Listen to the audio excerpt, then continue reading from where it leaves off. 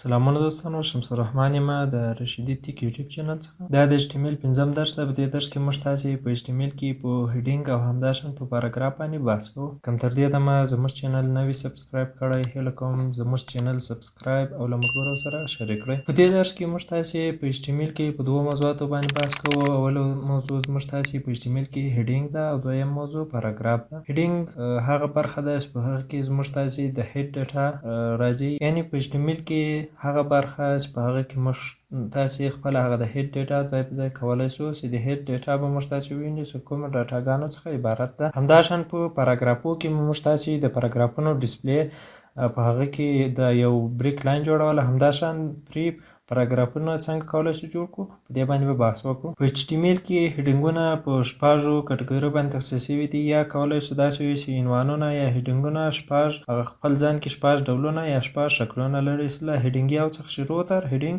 شپږ پورې. په دې رقم باندې موږ کولی شو هیډینګ تعریف کړو یا ولیکو چې د ایچ یو ټک خلاصوو، په منځ کې ډاټا داخلوو، بیرته د ایچ یو ټک کلوز کوو په دې رقم تر ایچ شپږ پورې. که چیرې موږ تاسې دا راواخلو خپل کوډ کې داخل کو، له دې ځای څخه دا پاکوو.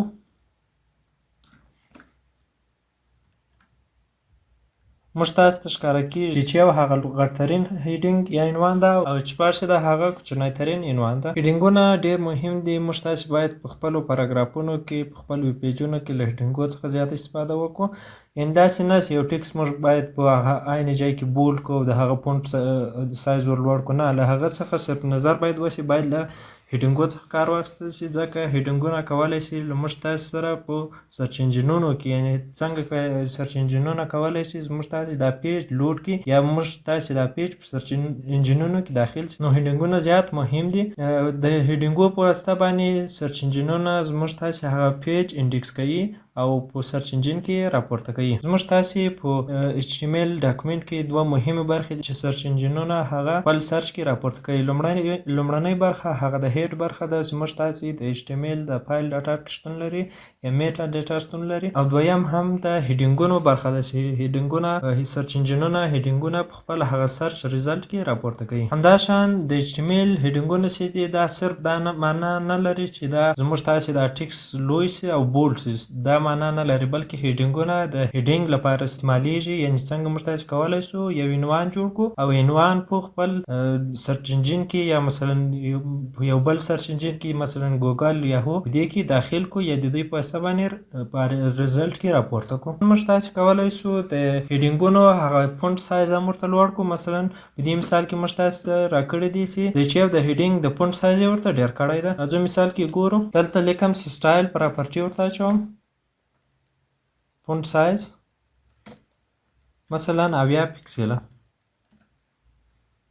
تاسې وینئ چې زموږ تاسې هغه د هیډینګ د برخې د عنوان او فونټ سایز هم ورسره زیات شو. څنګه کولی شو په خپل پیج کې یو پوکي خط رسم کړو یا ترسیم کړو؟ دې لپاره موږ تاسې ته خپل هغه د ټګ راکړ شوی دی چې د HR په نامه ده. که چیرې راسو دا په مثال کې وګورو، دلته موږ تاسې وینو چې دغه د هیډینګونه ټول یو په بل شي مسلسل راغلي. که غواړو دوی ترمنځ یو پوکي خط جوړ کړو نو د HR له ټګ څخه کار اخلو. مثلا دلته HR ټګ کاروو، دلته وینو چې یو پوکي خط موږ تاسې ته جوړ شو. کولی شو څو نور خطونه هم اضافه کړو په دې رقم باندې. دویم خط جوړ شو. بل هم د هیډ الیمنټ، د هیډ په الیمنټ کې کوم چې د هیډ په برخه کې راځي دا په براوزر کې نشو کېږي، او په دې ځای کې د هیډ د برخې معلومات موږ تاسې کولی شو ذخیره کړو. هیډ د برخې معلومات عبارت دي مثلا له ټایټل څخه، میټا ډاټا څخه، چې دا په سرچ انجینونو کې د سرچ انجین په واسطه باندې سکن کېږي او په ریزلټ کې راخیستل کېږي. دلته دی هم وایي چې میټا ډاټا عبارت ده له ټایټل څخه،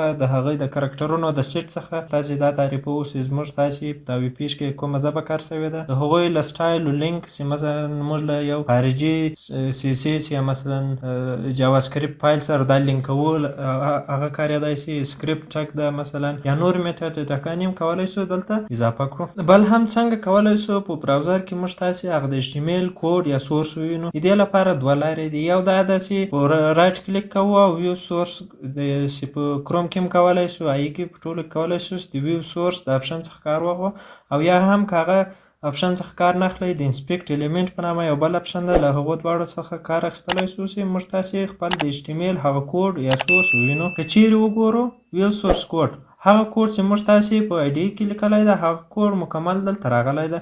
ځینې اضافه توب د سکرپټ فایل راغلی ده ځکه دا موږ تاسې نه وو هلته ډیکلیر کړی. دا په اتومات ډول د براوزر لخوا جوړیږي او نور کوډ دلته موږ تاسې ته ښکاره کیږي مکمل. او یا هم که په دې طریقه نه غواړو ښکاره کړئ ځان لپاره کولی شئ د انسپیکټ الیمنټ په واسطه باندې خپل ځان ته دغه مکمل کوډ ښکاره کړئ یا هغه سورس کوډ. په هیډ برخه کې موږ مثلا دا کوډونه لرو او په باډي برخه کې دا کوډونه لرو. چې هر کوډ که چیرې موږ تاسې ورته اشاره وکړو موږ تاسې په هغه اصلي فایل کې هم راته په نښه کیږي. مثلا د هیډ یو برخه ده موږ ته په نښه کیږي، هیډ 2 همداشان، هیډ 4 چې کته ده ټول موږ تاسې ته په نښه کیږي. دویمه موضوع موږ تاسې په HTML کې پاراګرافونه دي څنګه کولی شو پاراګراف جوړ کړو. په تېر ویډیو کې موږ تاسې بحث پرې کړی و چې پاراګراف د پی په ټک باندې شروع کیږي او د پی په ټک باندې کلوز کیږي. په منځ کې چې کومه ډاټا داخلیږي دا زموږ تاسې پاراګراف ده. مثلا که چیرې راسو مثال ته دلته غواړم یو پاراګراف جوړ کړم د پی په ټک باندې شروع او د پی په ټک باندې کلوز کیږي. داخل کې مثلا د لوریم په نامه یو ټیکسټ جنریټ کوم چې تاسې وینئ دا زموږ تاسې یو پاراګراف ده. HTML اضافه سپیسونه انټرونه او ټول هغه اضافه فاصلې چې منځ ته راځي دا په یو سپیس باندې قبلوي. یعنې که چیرې هر ځای موږ انټر ووهو یا اضافه سپیسونو څخه کار واخلو دا ټول HTML ته په یوه معنا دي. که چیرې راسو دې مثال کاپي کړو دا دوه پاراګراف دي، یو وروستنی پاراګراف یو لومړنی پاراګراف. موږ تاسې ظاهرا داسې فکر کوو چې دا دواړه به په براوزر کې په دغه شکل چې لیکل شوي ښکاره شي، خو داسې نه ده. ګورئ په براوزر کې ګورو که چیرې راسو دلته پیسټ کړو موږ تاسې ته په عین شکل دواړه پاراګرافونه ښکاره کیږي. یعنې هغه اضافه سپیسونه چې کوم وهل شوي دي یا انټر وهل شوی ده هغه موږ تاسې ته اګنور کیږي، ټول په یو سپیس باندې ښودل کیږي.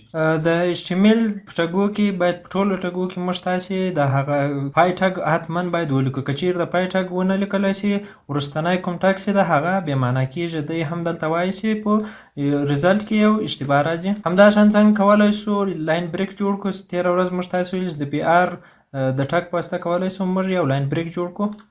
مثال کې ګورو که غواړم چې دلته یو لاین بریک جوړ کړم مثلا له دې وروسته یا یو انټر نو د انټر په واسطه نشم کولی دا کار وکړم، خو د BR ټګ په واسطه باندې موږ تاسې کولی شو یو نوی لاین جوړ کړو. دلته وینئ چې دغه لومړني لاین څخه او دوم لاین ته زموږ تاسې هغه ټیکس راغی نو دلته یو نوی لاین موږ لپاره جوړ شو د BR د ټګ په واسطه باندې. بل هم د پری ټګ ده. د پری ټګ په واسطه باندې موږ تاسې کولی شو په خپله خوښه باندې پری ټیکس جوړ کړو. یعنې لکه په تېر مثال کې ستاسې ولیدل که چیرې اضافه سپیس ورکړو انټر ورکړو دا ټول په یو سپیس باندې راته قبلوي.